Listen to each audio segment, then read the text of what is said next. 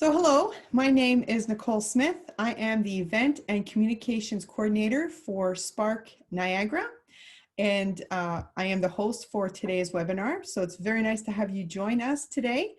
I want to thank you for joining us, and one final reminder that you are on mute, and to remain on mute. There will be opportunities for question and answers at the end of the presentation, but throughout the presentation we ask that you remain on mute so that we can cut back on the ambient noises. It's always lovely to have video because it's nice to see the faces that we're speaking to, so thank you for that. Just wanted to also say thank you to our partners, which are the Niagara Falls Small Business Enterprise Center, as well as the South Niagara Chamber of Commerce. We've been pulling together to do these for the last few months, and we are very happy to be able to provide this to you here in Niagara and beyond. So we are going to get started. There will be Q&A, as I said. Feel free to write your questions in the chat box and they will be addressed, because sometimes questions come up as you're hearing the presentation. So feel free to ask your question. We will address it at the end, unless the presenter feels that it is something that is needed to be addressed right away, then she will address it. So it's my distinct pleasure to introduce Amanda McDonald. She is with us here at Spark. She's our grant writer for Spark, but she's also the executive director for the Niagara Falls Downtown BIA. That is something that she's fairly new at, and I'm sure she'll touch upon. We are thrilled to have you, Amanda, and I'm just going to let you take it from here. Awesome. Thank you, and welcome everybody. It's such a pleasure to be hosting you today and to really share some of the knowledge that I've learned over the years. And maybe I can even learn some stuff from you today. So bilateral learning. So we're gonna do 101, the power of a well-written grant. Just a little bit about myself. I know Nicole touched base on it, but I am a downtown enthusiast. So I believe in revitalization of downtowns. I'm really big supporter of small local businesses, but my background is actually recreation and culture. And recreation and culture actually does a lot of grant writing and a lot of sponsorships. So over the years, I've volunteered as a youth writing grants. I transitioned into a workplace, and then as I started in BIAs, because it's public sector, a lot of the work is also grant writing as well. So, and then I also write grants as part-time for Spark, and I also own a consulting firm where I do grants for other businesses as well. So the objective today, so you're going to walk away with two things. You're going to be introduced to 12 steps to grant writing. These are going to be like the best gold nuggets of a really strong grant submission. And then two, you'll walk away with some ideas of where to find that like green cheddar, where you're going to find that money, some of the best places. You probably already know it if you've been grant writing, but just some of my favorite grants I'll go over with you today. So these are the 12 steps. I'm going to make sure that my slide deck is available afterwards. So I'll pass that along to Nicole or to the participants, however form she wants to do that. But we're really going to walk through these 12. So we have our first one is plan, prepare, and prevail. The second is know thyself, and then know thy funder. Tell me where you want that money and how you're going to spend it. 4 is expressing your needs and identifying your benefits. 5 is details and the icings on the cake. 6 is budgets and dollars and cents. 7 is measuring the impact and success. 8 is long live the objectives. 9 is strength in numbers. And 10 is make every word count. And 11 is proofreading is critical, but it isn't everything. And you'll catch a couple places where try and see if you can find my proofreading errors in this presentation. And I bet in most places you can't, because our eyes are trained to read through, and same with grants readers as well. So why build a grant library is my last one too. Okay, so first things first. When you're doing a grant, you want to read everything provided by the funder. So the application, the guidelines, the web pages, really everything. And then you want to read it again. So considerable effort really goes into creating instructions of these guidelines. And that's to support the funders to support their process and their requirements. So you're going to start at this first step looking to identify their priorities, their goals, their objectives, keywords, phrases, themes, like all of that good stuff. I mean, you really want to pay attention to due dates, the process, registration, like eligibility. Eligibility is key. I have gotten through an entire grant and then found out afterwards that I was not eligible to be writing it. I know it happens to all of us. So definitely pay attention to that one. You want to be looking at evaluation criteria. One of the best things about grants, especially public sector grants, is that they actually give you an outline of how they're going to be grading it. So you want to be paying attention to that. So the more time you invest into what the funders' priorities are, so their missions, their values, and how they align with your organization, the better the outcome. So you want to look for funding opportunities that are really going to align with your goals. And you want to assess, do you have the resources and the time to submit a quality application? So something, and excuse my language, that's half-assed, really only wastes your time, and it also wastes the time of the evaluator. Creating a really bad first lasting impression does happen in the grant industry, especially in public sector grants, where you have certain people who are reading all of the grants for a region, and they start seeing your company or your organization coming across their table often. If you leave a bad taste in their mouth, you're probably going to be remembered. You have to remember that there is a human element on the other side of this too. So if your grant is doable, create a schedule. So I often use Gantt charts. So it's a list of like your tasks, who's responsible, when it's due. A grant application is like a mini project, and you really need to treat it that way. I also talk to people and I say, use a project management tool. So I'm a big believer in Asana. So it's probably my most favorite one for teams. And then you want to ask yourself and be honest, what is the state of your project readiness? So not the grant, but the project for which you are applying those funds for. Is there effort, research, planning that needs to be done ahead in conjunction with the application? So a big portion of this is going to be stakeholder engagement, and we're going to talk more about that later. But you also want to think about costing and quotes. If something needs to be done, try and assign it to someone else. Don't take it all on yourself, but also create a checklist as you read through the documentation. Record important elements that you need to adhere to for word count. And we're going to talk about word count in a bit, but that's a big one. And you really want to talk about mandatory forms and files. Financial statements are probably one of the biggest griefs that most organizations get when they're applying for a grant. And you really want those other things like that many people don't think about, is like proof of insurance. All of these pieces are going to be under your eligibility, your process, and the document, like that initial one pager of like what you need, and then you can go through the finer details later. And you want to have evidence of stakeholder support, so letters of support from organizations. Sometimes mandatory elements and criteria are very clearly identified and stated in the actual grant criteria, but other times it's very buried in the checklist. And so going through all of this at the start will save you time and money in the long run, especially on your time opportunity costs. So imagine you are the evaluator and you're receiving thousands of applications. What is the easiest way to sort through those and evaluate them? And I often say that blue bins is the one way, are the ones that don't follow the instructions. So if somebody hasn't done something, and they automatically put them into the blue bin and they get thrown out. And I can say this because I've sat on the other side of actually awarding grants. And I've been lucky enough to not only submit them, but award them as well. And so I really get to sift through hundreds, if not thousands of people's grants, and see the different levels of work that people have put into them. And when somebody wastes the funder's time, they move on to the next one. So making sure that you are reading everything provided by the funder in the application is so essential. And I really want to leave this slide off with some reminders. So only apply when the funder's priorities align with your objectives. And two, guidelines and evaluation criteria are your Bible. Print them out, highlight them, read them, do whatever you have to do, but always make sure you're following them. And then 3 is create your checklist.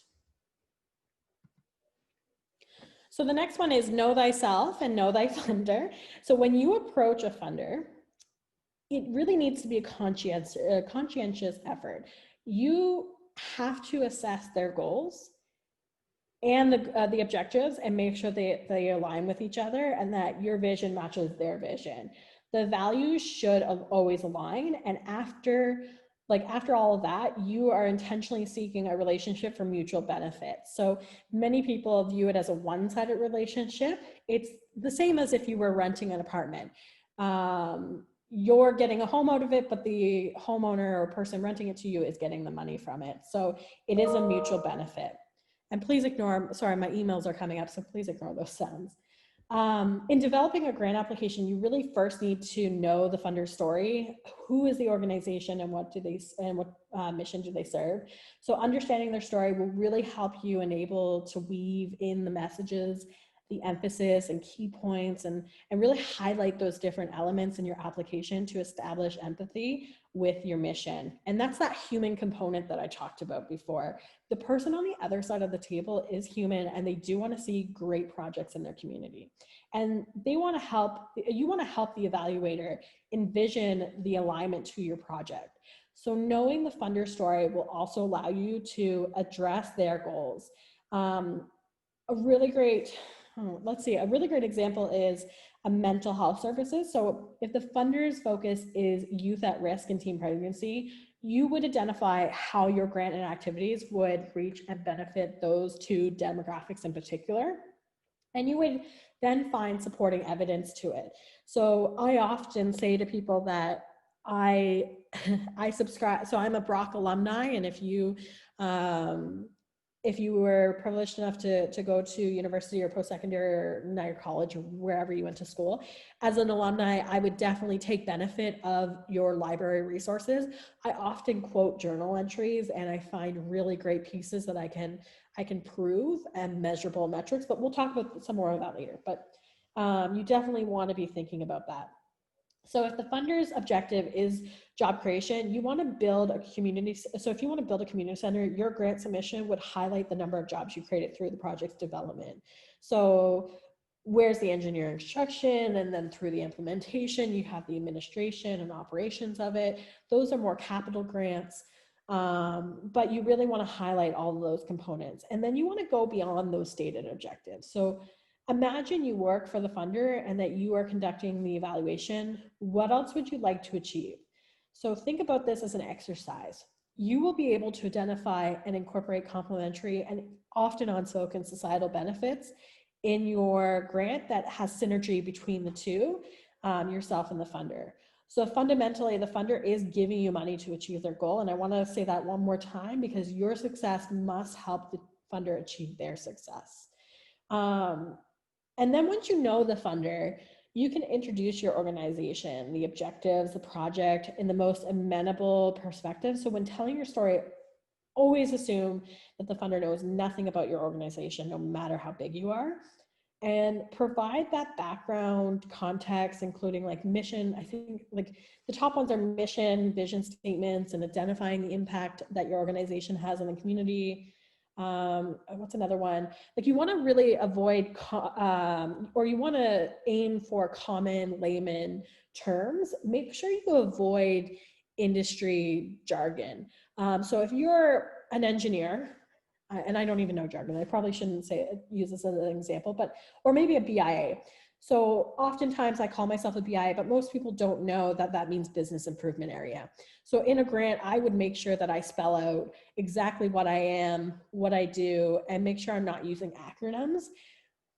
Be thorough and concise. And I will say this, having been on the other side of the table approving grants, oftentimes the people who you're writing for are from a very wide background of industries, and they've been brought on as volunteers, or maybe they're high up in their community and they're giving back their time, or they're at a certain point in their career. You need to recognize that they probably don't come from the industry that you come from, but they're doing this and rating these projects. So it just always think about that.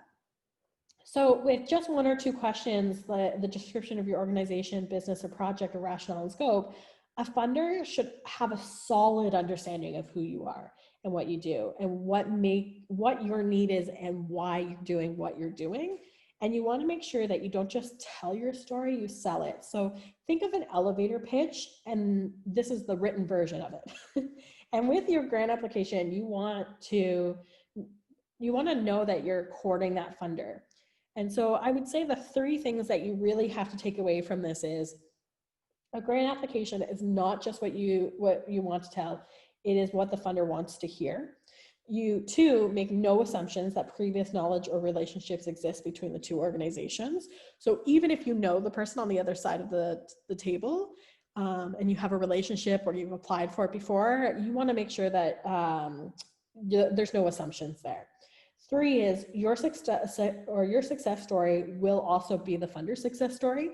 And more than likely, it's going to be content on their social media. There's going to be press releases. You want to make sure that you can implement it and that your goals align with each other.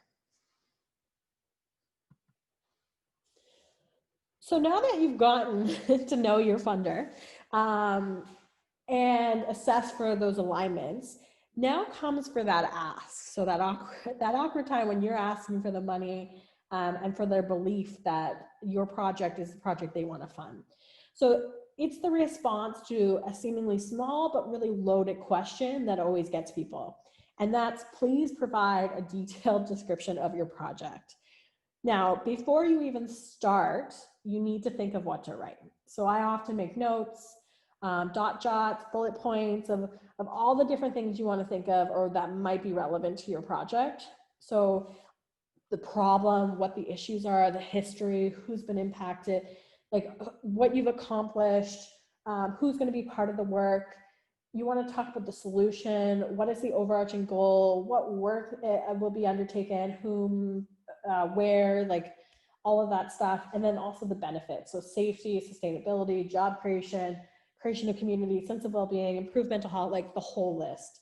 And why do I recommend this? So many people get nervous about what to write and edit in our heads even before we've written a word. And it really psychs people out. And we need to remember something else we want to include. Go write it down before you lose your train of thought. It is psychologically beneficial to do this. It's like a brain dump. And it creates a dedicated reference area that you can continually add as you continue like writing the grant and going through the project, and also something you can refer back to if you receive that grant and you need to implement it. Next comes the detailed description. So this is the single question, establishes the tone, the strategy for the whole grant submission. And it's the project description, the rationale and need for justifying the project, and the scope of what will be accomplished. But that's the second big question. And it sets your story with a background and the context, identifying the problem and creating an emotional bond between the evaluator. Again, that human element.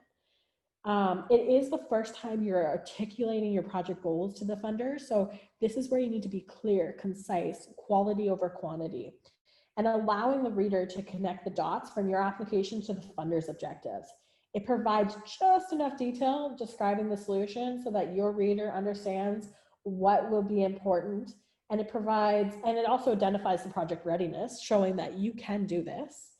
And it articulates the expected outcomes and resulting benefits that will be realized. You will revisit this description throughout the entire grant, I promise you. And you'll probably add missing pieces and messages to it. The biggest thing is word character counts. We're going to get into that a little bit later too. But you want to provide enough information that someone reading it could basically take your information and sell it to somebody else. And these portions of the grant are actually very limited in scope or for word count for a reason. They want to see that you can sell yourself to them and also get your message across clearly.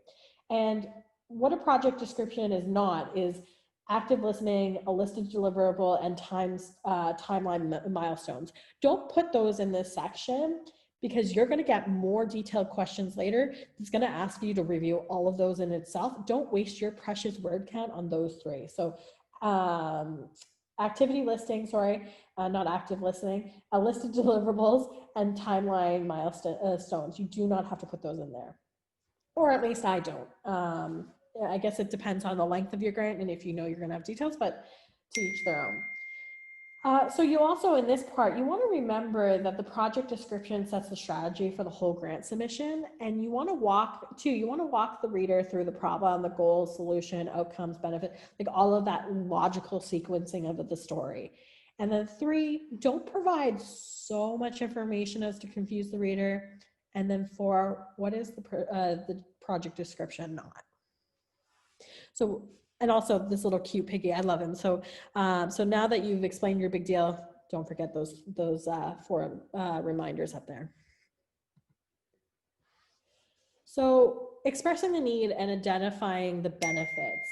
So what may seem obvious to you can also sound like another language to someone else. And this is all about perspective and the need to take when you are expressing your community need in the grant application, and you're really translating it for them. You cannot make any assumptions of knowledge surrounding the issue you are looking to address. I know I already brought this up, but I really want to drive this home, that sometimes we get caught up in our head and we know our organization so well that we think that everybody else, or we miss telling part of the story because we're so used to it. So you really want to sell yourself here. As a general rule, I write to the level of an 8th grader. I've heard this in other presentations, and it's probably one of the best pieces of advice, is that lower reading level and really taking technical and complex problems and breaking them down so that they can be easily understood, and also taking out that jargon and that language and that fancy terminology, because you're not going to impress somebody with your word, like with the words that you use, but rather the idea that you're presenting. It's about painting the picture so that someone with no practical knowledge of your issue will understand the important and pressing problem and how to correct it. So when demonstrating your community need, you need to articulate how the project will impact and benefit the community and or the region, and then address stakeholder requirements and who and how will will benefit from the project. So let's work through an example. So a problem here. A recent study concluded that wastewater infrastructure was undersized and deteriorating. Portions of your stormwater at risk and they're collapsing. I've pulled this from the internet. So this is just an example. Resulting issues. You've got damage to the existing road network, hazards to pedestrians and vehicle, stunted future community growth. Like, you basically need to fix this fast. The solution to new infrastructure is what the project is accomplishing. So you're replacing that 50-year-old stormwater, wastewater infrastructure, and you're fixing the roadway, you're improving public safety, you're reducing maintenance and service costs, and you're enabling that future community growth. But please don't stop just there, because that's the basics of it. It's how your solution will be implemented and what's the logic behind that approach. Will there be public consultation? Tell the funder why. Why are you going out and speaking to people? Then really explore and widen the benefits and the impact on individuals. So describe both like tangible and intangible gains. Really good examples for maybe this one are like tripping hazards and uneven roadways and how you're going to fix that, and sidewalks, and by digging up the road, you're going to lay down new sidewalk, and you might as well do revitalization products while at it, and talk about like late fall precipitation and spring melt and flooding and ponding during storm events and positive impacts, and how that's going to help the business community, and it's going to bring people back downtown. Like, these are all the things like I would put in a grant, for example. And we could very easily talk about the jobs being created to this and responding to the changes in regulations, the intangible benefit or the intangible benefits, the ones that require more thought and are emotionally based.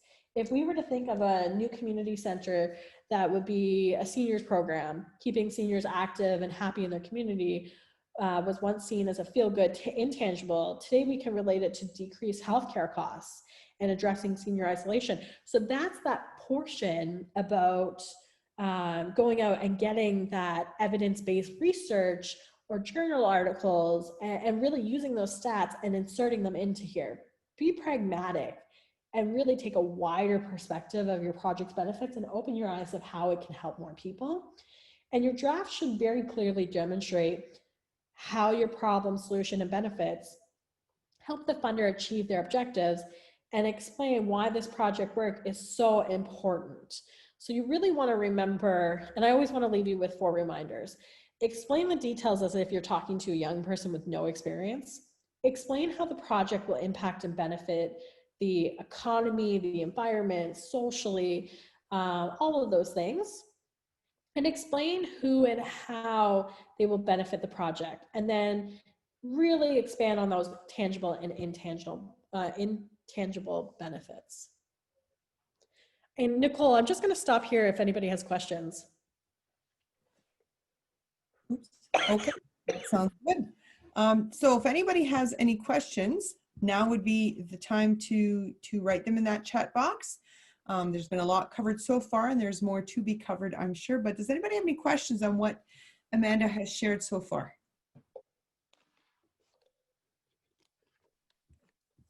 I'm not hearing any. Oh. I can't see the chat box, Nicole, so you may have to read some if there is any. Yes, I'm looking. There's so far nobody's written any questions at this point that I can see. Okay. Okay, so we're good to go. Thank you. Just one second. Okay, so the details, they're the icing on the cake. So each activity needs to be explained in really great detail. And you really want to talk about, hold on one second here. Okay. So each activity needs to be explained in really great detail. So those reading the grant submission understand why the activity is critical to the successful outcome, but also stakeholder engagement. It's one of the key parts of a grant, and it's really important to better understand the community needs and the expectations and communicate project and program goals. Each activity really needs to have enough detail so that those assessing the grant will understand both the budget and the timelines, but also stakeholder engagement and how you're going to work with the community. So a really great example is a project that I did in Welland. I see a couple people actually on here from Welland. We did a New Horizons Senior Grant. It's not, which is for I believe it's 55 plus for programming. Most times a BI would not qualify for this. We actually went through and had the seniors work with the students in the high schools to design the community garden. The seniors who were retired engineers taught them how to plant it. The students worked with the city to implement the garden, and then the garden itself was programmed by the seniors and the local residents' homes. So, I mean, that's a very big like stakeholder engagement piece. But you also, like in this portion, when you're sharing your stakeholder engagement activities, you want to really be broad, but not too detailed. So you want to be wary of providing too many details. You don't want to go down the rabbit hole of really confusing the reader and misguiding them as to where they are concentrating your effort and you're placing your value for that. So be wary of that. It goes without saying that you want to have SMART goals.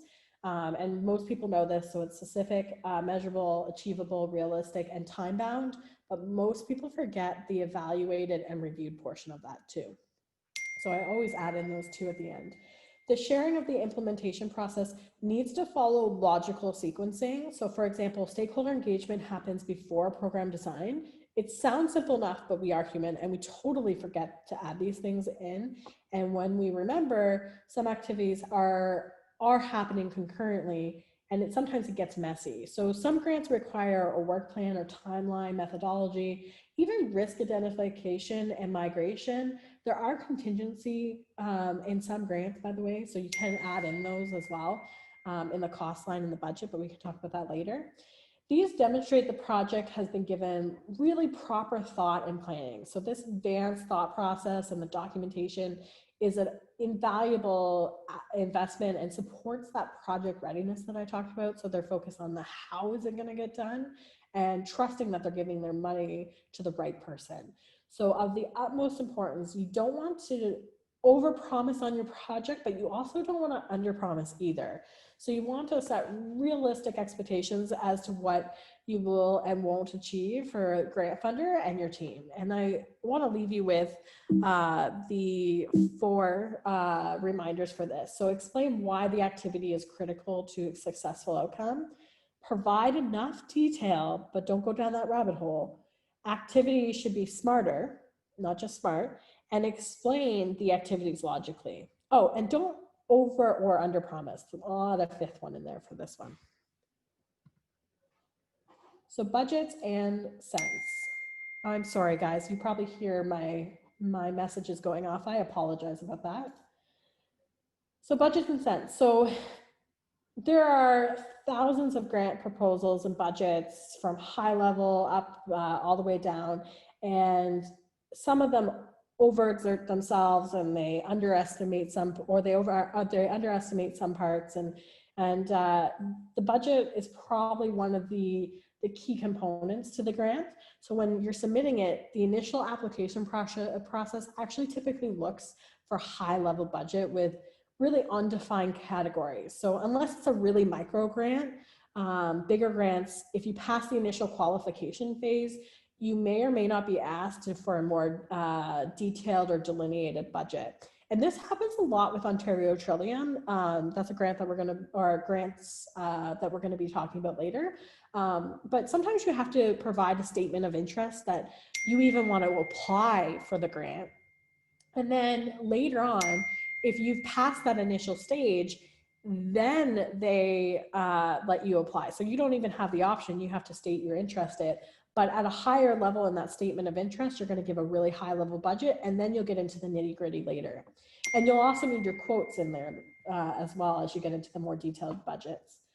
So regardless of your thought process and encompassing your budget, it should be based far deeper than the grant presentation. So your budgets need to make sense. So when I'm reviewing a budget for a grant that I'm writing, I really refer back to the project objectives and the baseline scope that we talked about before. It's that one portion that you're going to be reviewing over and over again. So what are the delineated tasks? What equipment and materials do you need to be procured? Are there any quotes to support the numbers? How much staff time do you need? All of these things need to be answered. Everything I ask myself when I'm reviewing a grant in the budget is what you should be asking yourself as well. And you need to look at it from the eyes of the funder. What are they going to want to see? How are they going to look at this? What is their perception of your cost going to be? And I know some of you feel that you don't need to invest in creating a detailed budget at the time of preparing a grant submission. And I know I'm contradicting myself, but you really do need a well thought out, organized budget, which will save you time in the long run. And it will support a really quick transition into the implementation phase. Because most grant writers think, oh, I just got to write this grant, I got to write. But if you get it, you have to be ready to hit the ground running and implement your project. And some organizations and municipalities will have projects sitting on the shelf for years. And even if it has been sitting there, if the appropriate effort has been put into the thought and the process of it, it should still be valid in almost all cases. And budget dollars values simply just need to be updated. So yes, the budget is about dollars and cents, but it is equally about the thought process and the logic that directs where the money and how it should be allocated and to which tasks and materials. So a grantor will almost always require the project owner and the partners to contribute in kind and in cash to the project. Very rarely do you get a grant for the full cost of everything, but it demonstrates that you have skin in the game, and a commitment to the project. Usually the grantor will stipulate how much or percentage based of your cash contribution should be. And typically they identify the maximum in-kind dollar value. So using a detailed budget to identify where you and your partners can contribute either cash or in kind. Some grants include overhead and administration, and make sure you're reading that carefully because some grants are very specific on how much you can put towards administration. Some say 5%, some are 15. You've got to read that carefully. And you want to look at eligible costs, which can be recorded as in kind as well. And you can't do this with pie in the sky estimating. It's the one thing I hate the most, is just guessing numbers. You want to get really good quotes. So the better the accuracy of your budgeting, the easier it's going to be on reporting. And people forget that reporting, you're going to have to report everything that you do at the end of your grant. And you're going to have to prove that you successfully met your metrics. And if you didn't, why?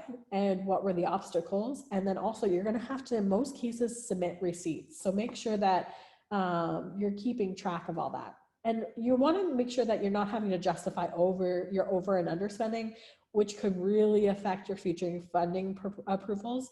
If you overspend or underspend on a project, sometimes that can eliminate you from getting refunded the next year. So you want to be wary of that. You also want to present the resources and management. So grantors will ask about similar projects, telltale of how you managed them before. Letters of support will also help in indicating this. To know whether you're trustworthy and financially sound to be putting in some cases, public taxpayer dollars. It's not an opportunity to brag. In fact, it's really quite the opposite. It's an opportunity to be humble and be realistic in what you've achieved in the past.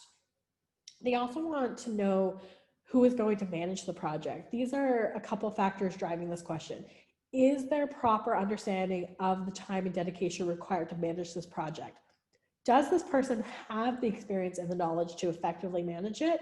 And remember, like, humbleness in that portion has no place. You do have to brag there. You want to showcase your talent and your team and how they'll be able to accomplish in that portion. Budget versus funding. So just 1 second here.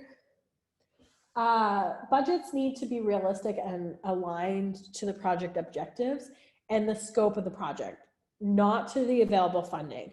If the project is going to require $100,000 to implement, do not apply for $2,500 or $25,000 unless you are confident you can generate the other $75,000. Whether that's revenue, grants, alternative sources of income, and you have indicated that this is your overall budget. Do not at all costs minimize or downplay the total budget to like 50,000, for example, because you can only contribute 25. There are two things that can happen from this scenario. One, the grant application does not get approved because the funder recognizes that the scope is way too big for your budget, or two, the grant application is approved, but the project fails to meet its objectives because it was inadequately resourced. And neither of these are positive. Often, this is the case for events. And so if you are on this call and you want to get a grant for an event, feel free to reach out to me. I've done it many, many times before, but that alternative revenue source and making up the difference is a lot harder when you're applying for event budgets because anything can happen, like COVID, for example. So you never know, right? And you really want to remember, one, realistic budgets are based on objective scopes, a thought out work plan and quotes. Two, past experiences demonstrate capability and credibility in managing projects in similar magnitude. And three, don't be shy about sharing your capabilities of your project team. Highlight them, if anything. You want to show that you have the best talent on your team. And then four, make sure that your monetary ask will properly support your goals and your tasks.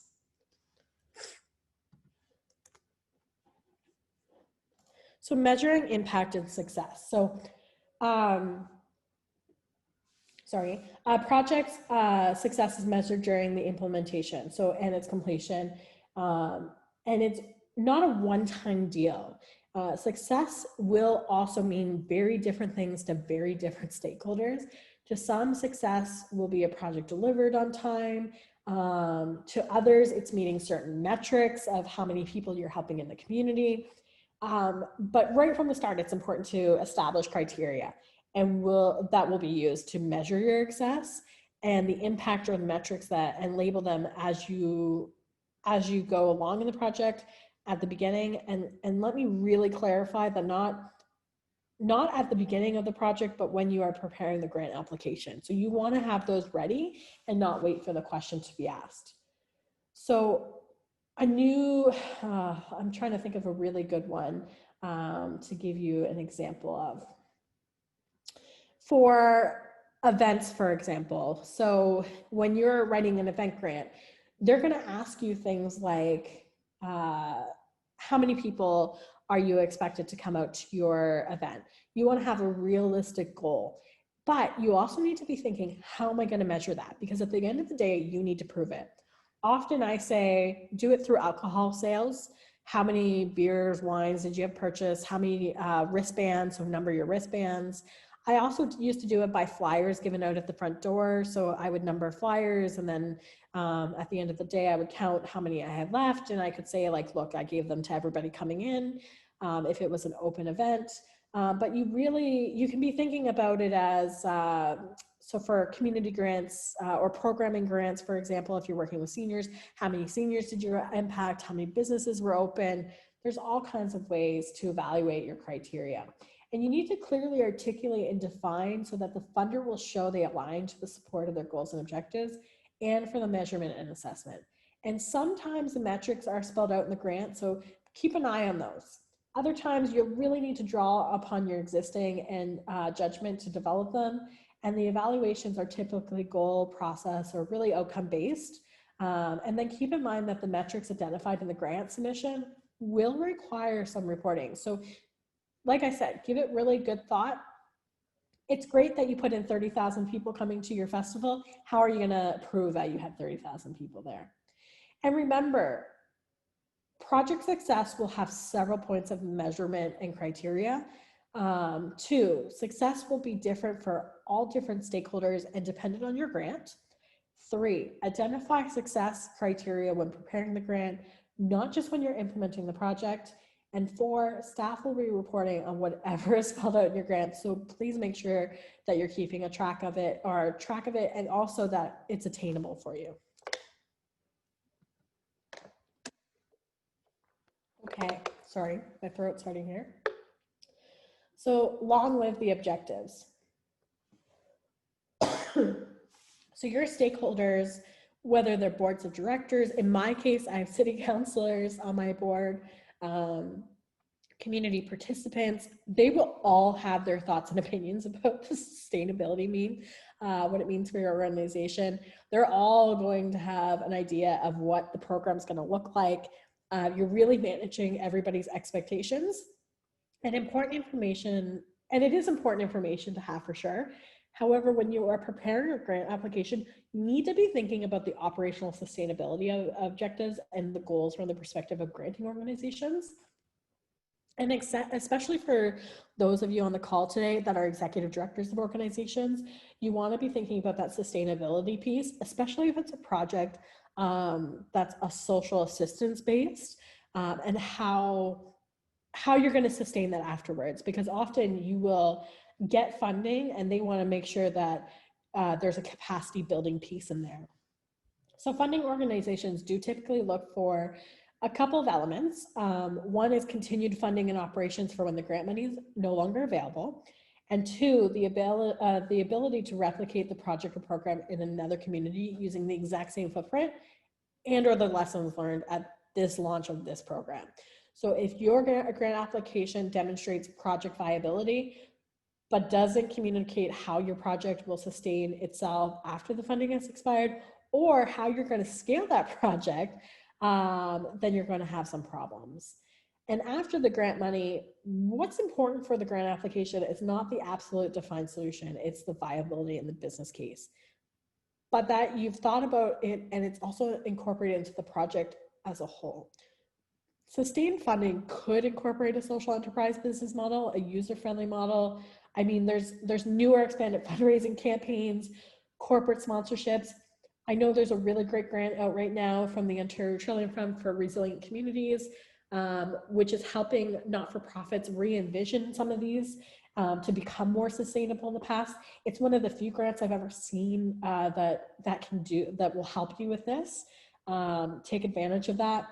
The proposed funding needs to be appropriate to the project program and its operating costs. And let's say the grant funds are used to host like a community event. The event success generates interest in the community. It has vendor sales, corporate sponsorship, advertising funding, reach on social media. They want to see how that's going to become an annual event. They want to future-proof it essentially. And expand, like you really want to think about what the grant writer wants to know, and you are thinking beyond the short term and into the future, and you want to showcase that to them. And it's all about that repeatability and scalability.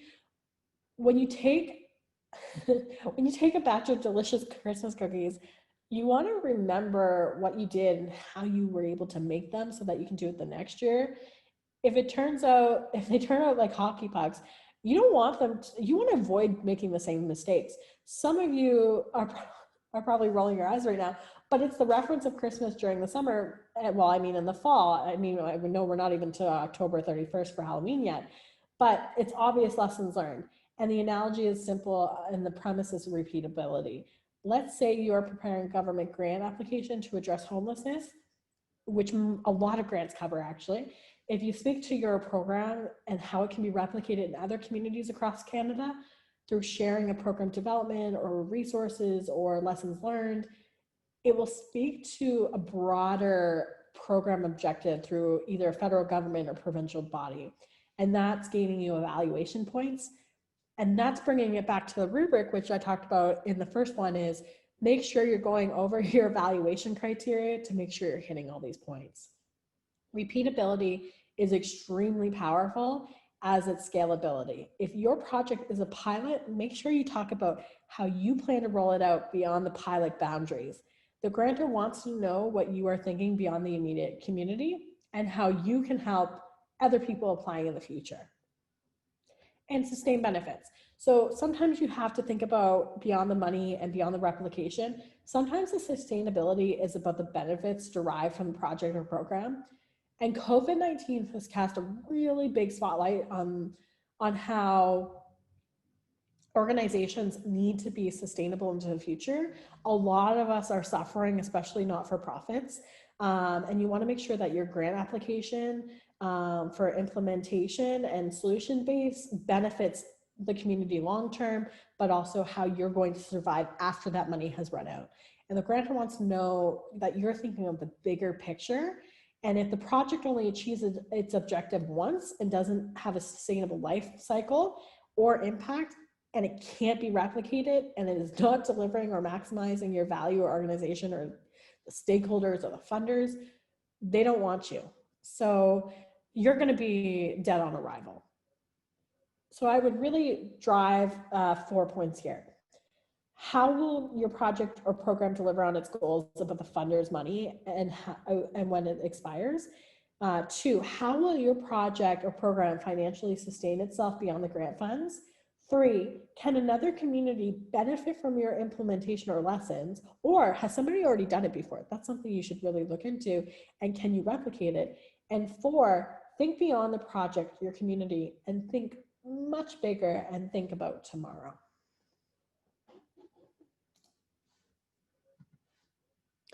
Oh, and sorry, this is just basically, those are the 4 points there. So if you're wondering.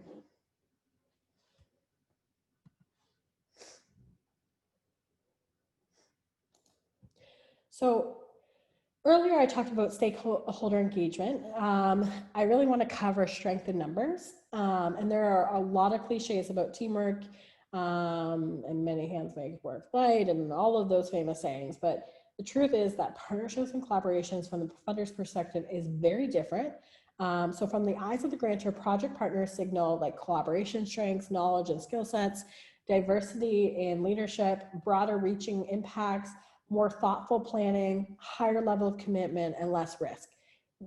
They see it as the ability that, or more heads at the table are going to further this project.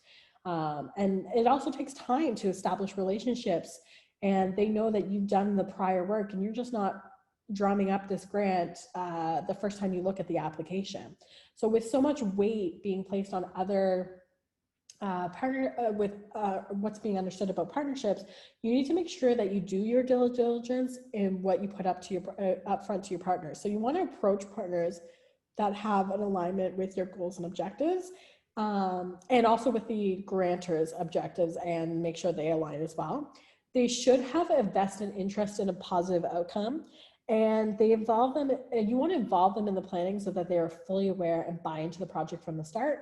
And you want to ensure that they contribute to the grant, whether it's resources, money, I don't know, staff time, whatever it is. There is nothing worse than getting a grant, starting the implementation, and then there's a conflict between the stakeholders, and there's no true one vision of what you wanted to achieve, and that causes it to crash and burn, and then that risks you as the organization who has put in the grant from receiving monies in the future.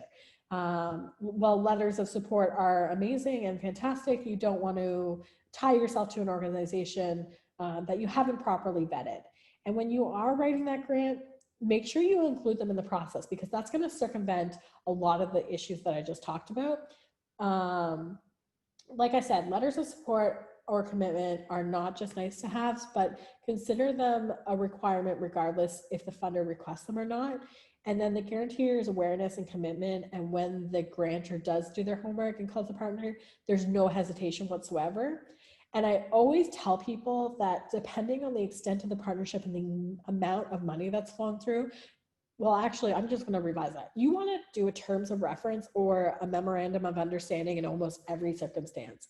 And that's really identifying, driving home who are the partners, the decision-making and conflict resolution process, project scope and schedule, the roles and responsibilities, probably the most key point in there, the goals and objectives and planned outcomes, and of course the money. Who is managing the money, who is paying the staff from it, who gets the final say in invoices, if you have quotes, who gets to decide it, because often, and I'm sure I'm not the only one, I go to my 3 favorite construction companies that I want renovations done through.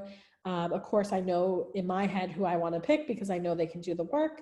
But if I have another stakeholder working with me, they may not necessarily agree with me. So making sure that you have all that outlined will really make it a lot easier and tighter on the back end.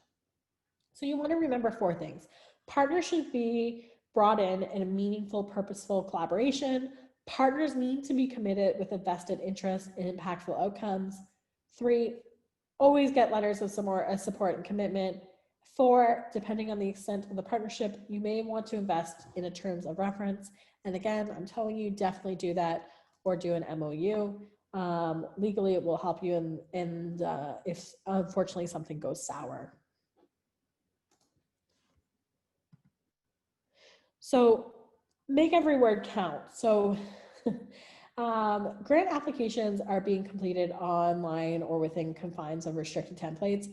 It's not the number of pages or even the words, it's about the character count.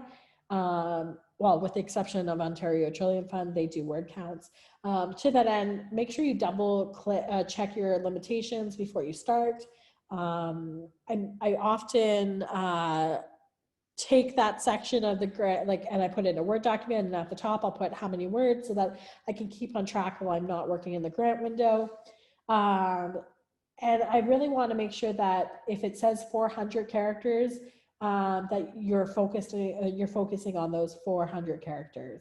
There's nothing like, and I've done this many times, where you have your grant, your question written out, it's beautiful, but it's like 50 characters over, over, and you find yourself deleting key parts or quality that content that you wanted to have in there, or maybe you're hyphenating words because if it's word count, you can do that to cheat the system. But your planning your responses is one way to help with concise writing, and really identify what I identified earlier in the one section, tell me why you want the money, is one way to ensure your responses are focused on what's important and that they really support the organization and the structure and the flow to that story. There is a fine balance when it comes to detail. Too little leaves them questioning and too much will confuse them. So when you find yourself providing technical detail, ask, is it really important that they have this information? If yes, provide that data and demonstrate feasibility. If not, blue bin it, like get rid of it, delete it. They don't need it. Mimicking language and lifting keywords and phrases from the founder's information and guidelines really ties in and demonstrates understanding of your funder's goals and objectives when appropriately woven into your grant application. If I were writing a grant to a funder whose goal is to independently live or living or is independently living elderly population, I would speak to an active engage or aging population and not the vulnerable elderly. So a really great example is on the weekend, I had the privilege to apply for the Youth Opportunity Fund for a youth-led organization in our community. I took the actual objectives from the Ontario Trillium Fund word for word, and I inserted it into the grant, and I basically said, one of the key objectives for this program is empowering women, young women between the ages of 15 and 29, and we're going to do this by blank. And I just stole their text and I inserted it in, and that's going to catch their eye. It's not university or college where you're going to get tagged for plagiarism, so you're going to be okay. Keep your sentences short and write them as if explaining the project to an 8th grade student. I know I already covered that, but you want to use an active voice, not passive. If you are writing anything, please go write or download Grammarly. It will help. I pay $150 every year for the program. I swear by it. It definitely changes my tenses, my unclear antecedents. It fixes all of that for me. So I'm a big believer in the program. And make sure you have several sets of eyes evaluating your grant submission. Don't make assumptions about who your audience is, their education, their background, or even how much time they have to be reviewing your application. Depending on who you're writing it for, there are a lot of corporate grants that you can go for. So they're going to have a very different lens or background. If you're applying for a Rotary grant, for example, you don't know, like definitely Rotary Club, for example, will have a ton of different people reading those grants from varying backgrounds. And don't simply cut and paste from previous proposals. I am going to tell you later on that you do want to save all of them and kind of manage them, but you want to make sure that you're tweaking them as you go. You might think you're saving time by copying and cutting, but it does weaken your application in the long run. And it even puts the evaluator off because they see the author, they see basically information that would have been for another project. And it's a really common mistake and it's really impossible to take back. So be concise, make sure your story flows, and really keep it simple and tailored to your content. And remember, plan what you want and need to communicate. Keep it simple and concise, and don't verbose. And use your language that is consistent with the funders, and be persuasive and memorable and personal, and remember that human emotional impact and how they're going to be reading the story. So proofreading is critical, but it isn't everything. You've probably seen a couple of them of mistakes through my presentation. If all you're doing as your last step is proofreading, you're already doing a quarter of the job. I know that sounds really mean, and you need to you need to move on to other tasks on your desk, the real stuff, the accounts and the things that make your job function from day to day. So I'm not going to suggest that you do it for a whole day and completely forget about your grant application. Don't write or think about another word once you're finished. You want to empty your head, you want to move on, and then you want to come back with fresh eyes. And fresh eyes is a fresh perspective. And I know it sounds simple, but you think it might be obvious because each area has a response, but have you really answered every question in the application? And sometimes the question will have multiple objectives, and have you responded appropriately and completely to each element in the question? But as you read the draft for the grant application, put on the evaluator hat and critique it as the funder. So you wanna have that, sit in the other chair on the other side of the desk. Is the project story and community need compelling? Have you made and demonstrated that the budget is realistic? Have you indicated other funding will be received? Have you indicated how the program will sustain itself? Have you demonstrated the structuring, good project management fundamentals? And you really want to read and ask each sentence, paragraph, a question. Does this make sense? Has the question been answered? Do I have more questions as a result? And does the story have cohesion? Oftentimes, people who are proofreading think of proofreading only as grammatical. And there's so many times that I've written a grant that I've asked myself those 4 questions.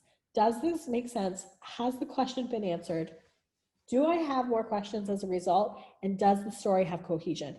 If I find something wrong with those 4, I either eliminate and play around with it. Maybe I move text into a different answer. Maybe it's that one of my points just needs to be under a different question. But you really want the whole grant to flow and to feel like pretty much like a piece of art.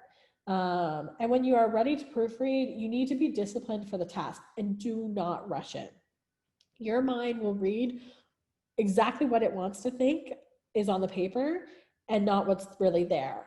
And for some of us, and myself, I have severe dyslexia and dyscalculia. I will miss my own spelling mistakes and grammar. My poor husband has probably read so many grants in his life, but there are so many times when he's caught something and I think, and excuse my language, holy shit, I can't believe I missed that. I read that one paragraph a million times. Carelessness at this stage of the game devalues all of your previous effort. And it's not just the grammar proofing, but it's also, my husband will read something and he'll say, well, what about this? And he'll ask me a question. He'll say, well, how are you going to do that? And I think to myself, you're right. I know my project. I know how I would implement it, rightly or wrongly. But you're right. I need to expand on it more. So make sure you have someone else read it. Typically, your grant application is the first impression for the company, and definitely for the first project. You never get a second chance to make this impression. So if you are late and you make, and if you are late, like you're dead in the water as well, make sure you're submitting your grant before the deadline, and make sure when you hit send on your email that you're happy with it. And I also like to receive a submission of my grant as well to make sure that it's submitted so that you kind of feel put at ease. But remember, have you answered everything? Think and read like the funder. You want to proofread spelling, grammar, and more. You want to double check that you have all of the elements, and just like dinner, don't be late.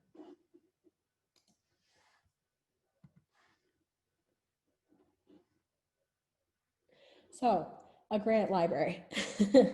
So I wish I had a thought enough forward into the future enough to actually bring mine today.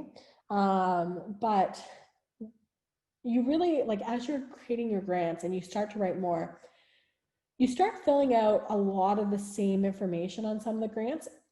And you don't want to do what I told you, like you don't want to copy and paste it per se. But when they start asking you, like, what is the mission statement of your organization? Like, that is something that you can copy and paste. If you already started a library of frequently asked questions or even requested files. So I have one folder on my computer of like 2 years of financial audited statements, I believe it's my insurance is on there, my mission and value and proposition, everything for my company. Everything is in one place. Oh, and also signatures for my board members because they have to sign off on it. I have letters of support that I can kind of copy and reiterate, like, and redo for my new stakeholders. But you really want to make sure that you take the time and you do this now. It's going to save you so much time in the future. If you have a budget and there are software solutions to help you with your library, go for it. Create a filing system or a series of Word documents using a table of contents. Mine is in an Excel document, but I also have a folder on my computer. And you want to really litter this with reusable content, frequently accessed files, creative approaches to presentations, and like all that good stuff. So I also have like multiple company introductions, and each one with its own flavor. I also have, one of the other things is HR policies is in there. Some grants are going to ask you things like, how do you plan on, so the summer jobs grant, for example, many of you probably apply for it. I have it ready. I know the questions are pretty much the same every year, but how do you plan on training your staff? I have that portion from my HR policy manual already cut out and ready to go. And I really have got the organization's description. Also brief bios of board members and key staff. Testimonials is a big one. Spark relies on that a lot. And I know one of our great staff, Kayleen, has put together, with some of the help of other Spark members, some testimonials from previous projects. And you want to also have your past projects in there so that you can refer back to them or have them ready to attach. Most grants will allow you to put appendices on the end, and then also those letter of support so that you can rip off and duplicate R&D. And you want to think about the content in there, that it's not just copy and pasting, but it's about not reinventing the wheel every time though. And it is much easier to modify and edit than it is to build from scratch. So I know I'm a bit of a walking contradiction here, but you want to copy and paste just enough and then edit it, but not have to start completely all over again. And if you have downtime, I mean, not many of us do, make sure you take some time and update your library. One of the other key things that I do is when I apply for a grant, I have a calendar of every grant that I've ever applied for and when it typically comes open. And I spent about a week, on and off, not like a whole week straight, but I spent a good amount of time going through and searching for any and all funding opportunities that I could find and putting them on a yearly calendar. And every so often at the beginning of every month, I pretty much look at my calendar and I say, like, what grants are typically open around this time? And so that I'm not being rushed at the last second.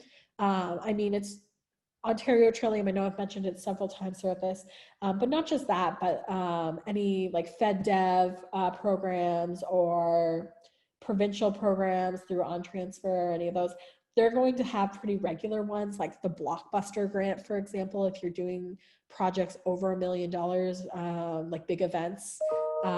Those ones typically have pretty regular funding cycles. The other one is private grants, for example. So I always say, think of your top 10 or 20 corporations and go and search their website. Guaranteed they have funding opportunities. So Meridian is a really great one. They have up to $5,000.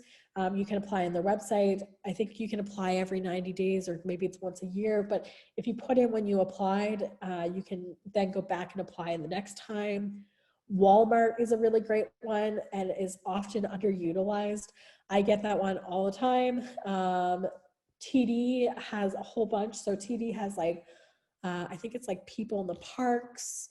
It's like a $2,000 grant. They also have a really great one for LGBTQ2+ individuals.